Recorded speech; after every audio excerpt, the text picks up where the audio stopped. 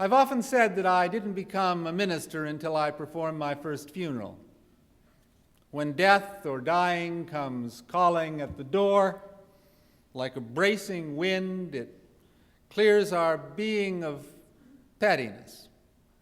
It connects us to others. More alert to life's fragility, we reawaken to life's preciousness. To be fully human is to care, and attending to death prompts the most eloquent form of caring imaginable. At every deathbed, the light that shines is framed by darkness. When those we love die, a part of us dies with them. When those we love are sick, we too feel the pain. Yet, all of this is worth it, especially the pain. Grief and death are sacraments, or can be. A sacrament symbolizes communion, the act of bringing us together. To comfort another is to bring her our strength. To console is to be with him in his aloneness. To commiserate is to share her pain. The act of releasing a loved one from all further obligations as he lies dying, to tell him that it's all right, that he's safe, that we love him, and he can go now, is life's most perfect gift, the final expression of unconditional love. We let go for dear life.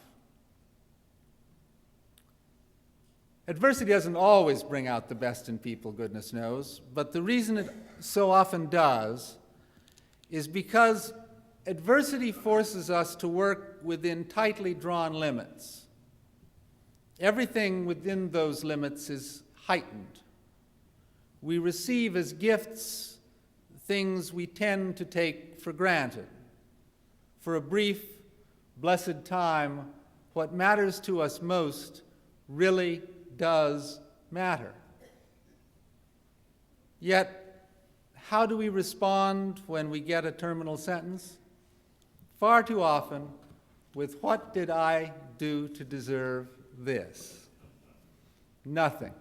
The answer is nothing. Always nothing. Whatever you did, the answer is nothing.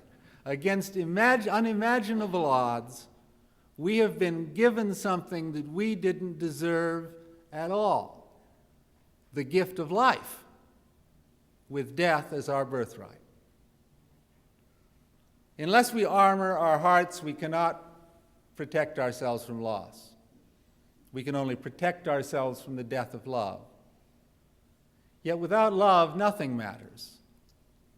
Break your life into 1,000,000 pieces and ask yourselves what of any real value might endure after you are gone.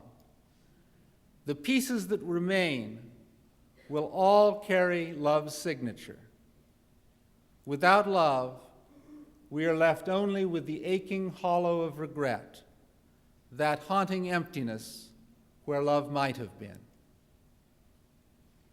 Such is the story that unfolds frame by frame in Damon's book. A man is dying. He has been given but a few sweet days to live. His wife and children gather at his bedside. They hold hands, they laugh, they cry, they pray, they wait. Their hearts tremble with love. Damon's pictures tell life's deepest story, and each carries the same meaning. The most eloquent answer to death's no is love's yes.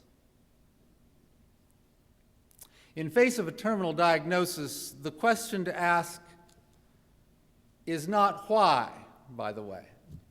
Why will get us nowhere. The only question worth asking is, where do we go from here? And part of its answer must include the word together. Everyone suffers, yet not everyone despairs.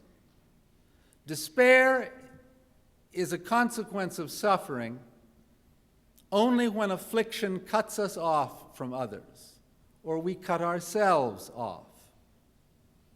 It need not.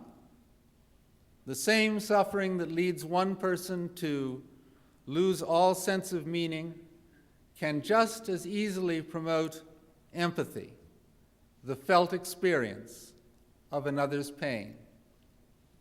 Hope is woven into the lifelines that connect us.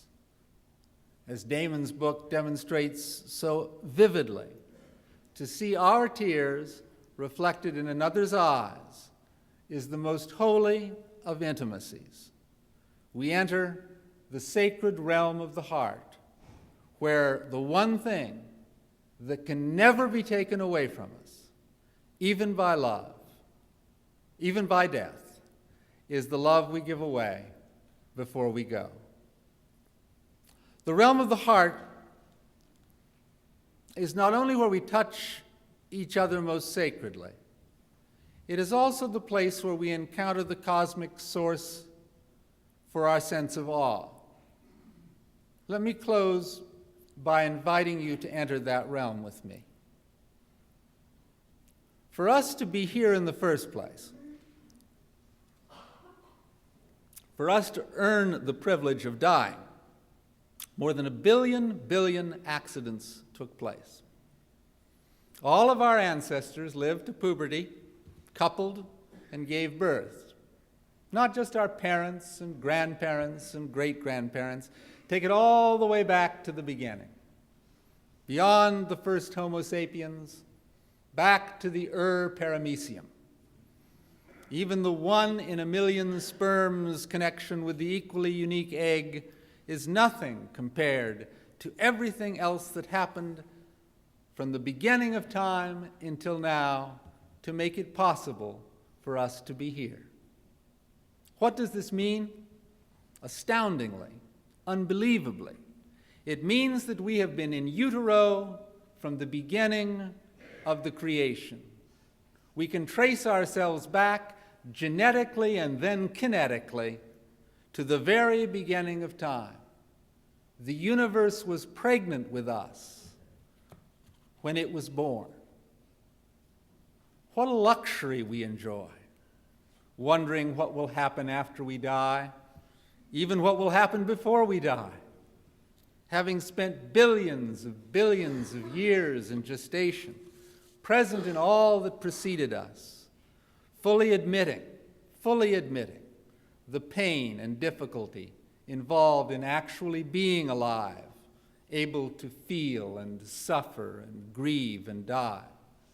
We can only respond in one way, with awe and gratitude.